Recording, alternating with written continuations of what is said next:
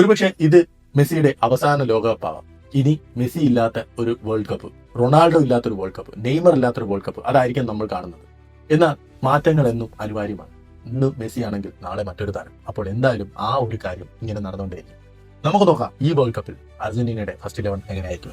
UK Malayali ഗോൾകീപ്പറിന്റെ പുതിയൊരു വീഡിയോയിലേക്ക് നിങ്ങൾക്ക് ഏവർക്കും സ്വാഗതം. അപ്പോൾ ഇന്ന് നമ്മൾ വന്നിരിക്കുന്നത് ഈ വേൾഡ് കപ്പിലെ ഫസ്റ്റ് 11 പ്രഡിക്ഷൻ സീരീസിന്റെ വീഡിയോ ആയിട്ടാണ്. നമുക്ക് നോക്കാം ഈ വേൾഡ് കപ്പിൽ എങ്ങനെയായിരിക്കും അർജന്റീനയുടെ ഫസ്റ്റ് 11 സ്കലോണി പ്രഖ്യാപിക്കുകയാണ്. കഴിഞ്ഞ ദിവസം നടന്ന പത്രസമ്മേളനത്തിൽ സ്കലോണി തമാശ രൂപേണ ഒരു കാര്യം അവതരിപ്പിച്ചു. അതായത് ലയണൽ മെസ്സി തന്റെ അടുത്ത് വന്നിട്ട് ചോദിച്ചു, ഞാൻ ഈ ടീമിലെ ഫസ്റ്റ് 11 ഉണ്ടാവുമെന്ന്.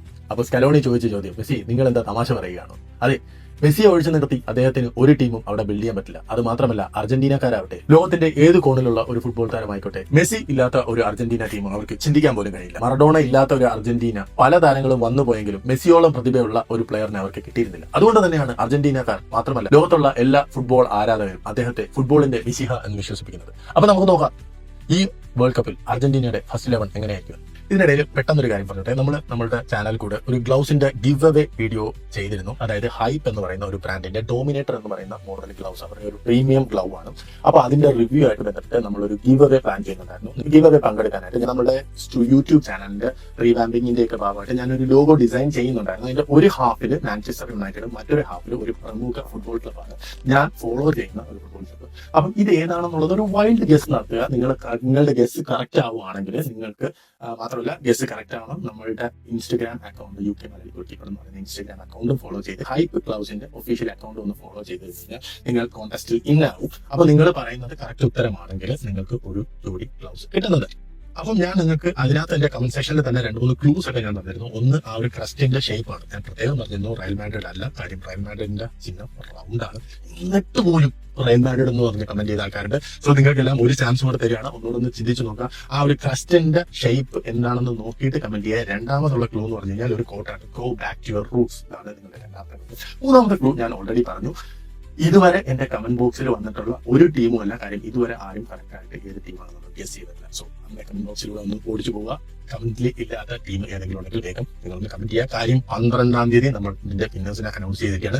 ആരും കറക്റ്റ് ആയിട്ടുള്ള ഉത്തരം തന്നില്ല എങ്കിൽ എനിക്ക് ഓരോ ഓപ്ഷനും ഇല്ല, ആർക്കും ഗിഫ്റ്റ് കൊടുക്കാൻ പറ്റില്ല. അപ്പം ഇതാണ് എനിക്ക് വീഡിയോ തുടങ്ങുന്നതിന് മുമ്പ് പറയാനുള്ളത്. പ്രതിഭകൾക്ക് ഒരു പഞ്ഞവുമില്ല അർജന്റീനയിൽ. അതുകൊണ്ട് തന്നെ അവരുടെ ടീം സെലക്ഷനും കുറച്ച് കോംപ്ലക്സ് ആയിരുന്നു. പക്ഷെ എന്നിരുന്നാൽ പോലും കഴിഞ്ഞ വേൾഡ് കപ്പിൽ നിന്ന് വലിയ മാറ്റങ്ങളൊന്നുമില്ലാതെ അതേ ഒരു പിടി താരങ്ങളുമായിട്ടാണ് സ്കലോണി ഇത്തവണയും അമേരിക്കയിലേക്ക് ഫ്ലൈറ്റ് വന്നത്. ലയണൽ സ്കലോണി ഏറ്റവും കൂടുതലായിട്ട് ട്രൈ ചെയ്യുന്ന ഒരു ഫോർമേഷനാണ് 4-3-3. അതല്ലാണ്ട് പിന്നെ യൂസ് ചെയ്തിട്ടുള്ളത് 4-2-3-1, 2 ഹോൾഡിംഗ് മിഡ്ഫീൽഡേഴ്സ്, 3 അറ്റാക്കിംഗ് മിഡ്ഫീൽഡേഴ്സ്, ഒറ്റ സ്ട്രൈക്കർ എന്നുള്ള ഒരു ഫോർമേഷനും അവർ കളിക്കുന്നുണ്ട്. കഴിഞ്ഞ തവണ ബ്രസീൽ അർജന്റീന മാച്ചിൽ അന്ന് അവർ പരീക്ഷിച്ച ഒരു ഫോർമേഷൻ ആയിരുന്നു ഈ 4-2-3-1. മെസ്സി ഇല്ലാത്ത സമയത്താണ് 4-4-2 എന്ന ഫോർമേഷനും ഒക്കെ ട്രൈ ചെയ്ത് വന്നിട്ടുണ്ട്. അപ്പം 1 എന്ന് പറയുന്ന നമ്പർ 1 എന്ന് പറയുന്നത് അവിടെ തർക്കമില്ല. ഈവൻ അർജന്റീനയുടെ വളരെ ബേസിക് ആയിട്ട് അറിയാവുന്ന ആൾക്കാർക്ക് പോലും പ്രെഡിക്റ്റ് ചെയ്യാൻ പറ്റുന്ന ഒരു പൊസിഷനാണ് അവരുടെ ഗോൾ കീപ്പർ എന്ന് പറയുന്നത്. നമ്മുടെ സ്വന്തം ഡിബു, ആസ്റ്റൺ വില്ലയുടെ ക്യാപ്റ്റൻ ഒക്കെയായ കഴിഞ്ഞ വേൾഡ് കപ്പിലെ ആ ഒരു സേവ്, ആ പുള്ളി ചെയ്ത ആ ഒരു സേവ്, ഒറ്റ ഒരു സേവിലാണ് മെസ്സിക്ക് അന്ന് ആ വേൾഡ് കപ്പ് കിട്ടിയത്. അപ്പം അതേ ഫോമിൽ കണ്ടിന്യൂ ചെയ്ത് പോകുന്ന ഒരു ഗോൾ കീപ്പറിനെ മാറ്റാൻ ഒരിക്കലും ലയണൽ സ്കലോണി തയ്യാറാവില്ല. അപ്പൊ ഡെഫിനറ്റ്ലി 1-ാം നമ്പർ ഗോൾ കീപ്പറായിട്ട് അവർക്ക് ഉള്ളത് എമിലിയാനോ മാർട്ടിനസ് തന്നെയാണ്. ഈ സെന്റർ ബാക്ക് പെയറിലേക്ക് വരുമ്പോഴത്തെ സ്കലോണിക്ക് മൾട്ടിപ്പിൾ ഓപ്ഷൻസ് ഉണ്ട്. ഒന്ന് ക്രിസ്ത്യൻ റൊമേറോ ഉണ്ട് ടോട്ടൻഹാം ഹോട്ട്സ്പറിന്റെ, അതുപോലെ തന്നെ അവരുടെ വെറ്ററൻ താരമായ നിക്കോളാസ് ഒട്ടമെന്റി ഉണ്ട്, മാഞ്ചസ്റ്റർ യുണൈറ്റഡിന്റെ ഡിഫൻഡറായ ലിസാൻഡ്രോ മാർട്ടിനസ് ഉണ്ട്. അപ്പം ഇവരെ വെച്ച് നോക്കുമ്പോൾ എന്റെ ഒരു പ്രഡിക്ഷനിൽ ഏറ്റവും കൂടുതൽ ചാൻസ് ഉള്ളത് അവിടെ ഒട്ടാമെൻഡി സ്റ്റാർട്ട് ചെയ്യാനും അതുപോലെ തന്നെ ഒട്ടാമെൻഡിയുടെ പെയറായിട്ട് ക്രിസ്ത്യൻ റൊമേറോ സ്റ്റാർട്ട് ചെയ്യാനുമാണ് സാധ്യത ഏറ്റവും കൂടുതലുള്ളത്. ഇനി റൈറ്റ് ബാക്കിലേക്ക് വരുമ്പോഴത്തേക്കും അവിടെ കഴിഞ്ഞ ഒരുപാട് മത്സരങ്ങളിൽ സ്കലോണിയുടെ വിശ്വസ്തനായ മൊളീനെ ആയിരിക്കും സ്റ്റാർട്ട് ചെയ്യാനായിട്ട് ഏറ്റവും കൂടുതൽ ചാൻസ്.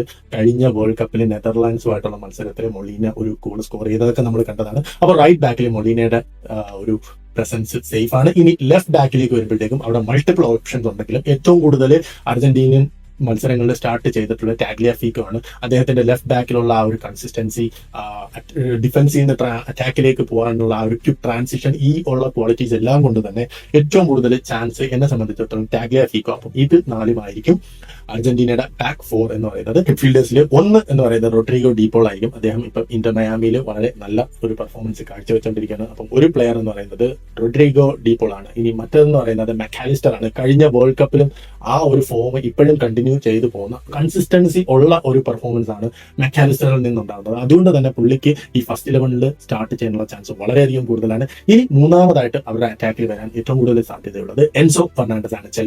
ചെൽസിയുടെ മിക്ക അറ്റാക്കിന്റെയും കുന്തമോനെ ആവുന്നത് ഈ എൻസോ ഫെർണാണ്ടസിന്റെ ഈ ഒരു പ്രകടനമാണ്. അപ്പോൾ ഡെഫിനറ്റ്ലി ഈ 3 പേരും എന്ന് പറയുന്നത് അർജന്റീനൻ മിഡ്ഫീൽഡിന്റെ ഒരു കൺസിസ്റ്റൻസി കീപ്പ് ചെയ്യുന്ന ഒരു പ്ലേയേഴ്സ് ആണ്. അതുകൊണ്ട് തന്നെ ഈ 3 പേരും സ്റ്റാർട്ട് ചെയ്യാനായിട്ടുള്ള വളരെ അധികം ചാൻസ് ആണ് ഈ ഫോർമേഷൻ ഉള്ളത്. അല്ല ഇനി ഒരു പക്ഷേ 4-2-3-1 ആവുകയാണെങ്കിൽ ഈ 2 ഹോൾഡിംഗ് മിഡ്ഫീൽഡേഴ്സിന്, ഒന്ന് റോഡ്രിഗോ ഡീപോളും മറ്റേത് ഒന്ന് പറയുന്നത് ഡെഫിനറ്റ്ലി മെക്കാലിസ്റ്റർ ആയിരിക്കും. പിന്നെ അറ്റാക്കിംഗിലേക്ക് വരുമ്പോഴത്തേക്കും അവിടെ എൻസോ ഫെർണാണ്ടസ് ഉണ്ടായിരിക്കും.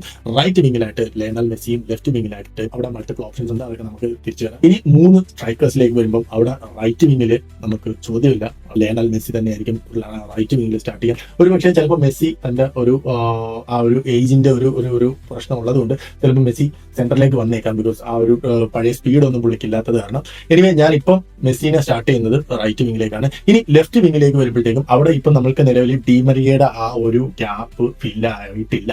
ഇപ്പൊ നിലവിൽ ആ ഒരു ഇത് മുമ്പായിരുന്നെങ്കിൽ നമുക്ക് വേറെ ആരെയും നോക്കണ്ട, നേരെ ഡീമറിയയിലേക്ക് പോയിരുന്നു. പക്ഷേ ഇപ്പൊ മൾട്ടിപ്പിൾ ഓപ്ഷൻസ് ആണ് ഉള്ളത്. അതിനകത്ത് ഒന്നെന്ന് പറയുന്നത് നിക്കോളാസ് ഗോൺസാലസ്, ഒരു ജെനുവിൻ ലെഫ്റ്റ് വിംഗർ ആണ്. തിയാഗോ അൽമാഡ ഒരു യുവതാരമാണ്, ഒരു ജെനുവിൻ ലെഫ്റ്റ് വിംഗ് പ്ലെയർ ആണ്. തിയാഗോ അൽമാഡയ്ക്ക് വളരെയധികം ചാൻസ് ഉണ്ട്. പിന്നെ മൂന്നാമതായിട്ട് ചാൻസ് കൽപ്പിക്കുന്നത് സിമിയോണിയാണ്. നമ്മളുടെ അത്ലറ്റിക്കോ മാഡ്രിഡിന്റെ പരിശീലകനായ ഡിയോഗോ സിമിയോണിയുടെ മകനായിട്ടുള്ള ഗിലിയാനോ സിമിയോണിയാണ് മൂന്നാമതായിട്ടൊരു ചാൻസ്. പക്ഷെ എന്റെ ഒരു അനാലിസിസിൽ അവിടെ ഏറ്റവും കൂടുതൽ ചാൻസ് നിക്കോളാസ് ഗോൺസാലസിന് ആണ് കൂടുതൽ chance. Even though Almada Nicolas ഗോൺസാലസിനെക്കാളും കുറച്ചുകൂടെ ടെക്നിക്കലി ഗിഫ്റ്റഡ് ആണെങ്കിൽ പോലും വർക്ക് റേറ്റിന്റെ ഒരു എഡ്ജ് എപ്പോഴും നിക്കോളാസ് ഗോൺസാലസിനുണ്ട്. സോ ലെഫ്റ്റ് വിംഗിലെ നിക്കോളാസ് ഗോൺസാലസ് ആയിരിക്കും. ഇനി സ്ട്രൈക്കർ പൊസിഷനിലേക്ക് വരുമ്പോഴത്തേക്കും അവിടെ മെയിൻലി 2 പ്ലേയേഴ്സ് ആണ് ആ ഒരു പൊസിഷന് വേണ്ടിയിട്ടുള്ള ഒരു കോമ്പറ്റീറ്റേഴ്സ് എന്ന് പറയുന്നത്. ഒന്ന് ലൊതാരോ മാർട്ടിനസും, 2 ജൂലിയൻ ആൽവാരസും ആണ്. അത്ലറ്റിക്കോ മാഡ്രിഡിൽ ഉണ്ടായിരുന്ന തകർപ്പൻ പെർഫോമൻസ് അദ്ദേഹത്തിന് ബാഴ്സലോണയുടെ ആ ഒരു റഡാറിൽ പെടുത്തിയിട്ടുണ്ട്. സോ ഡെഫിനറ്റ്ലി അവർ ഈ ഒരു സീസണിൽ അദ്ദേഹത്തെ തങ്ങളുടെ കൂടാരത്തിൽ ക്യാമ്പ് നൗവിൽ എത്തിക്കാനുള്ള സകല ശ്രമങ്ങളും നടത്തിക്കൊണ്ടിരിക്കുകയാണ്. സോ എന്റെ ഒരു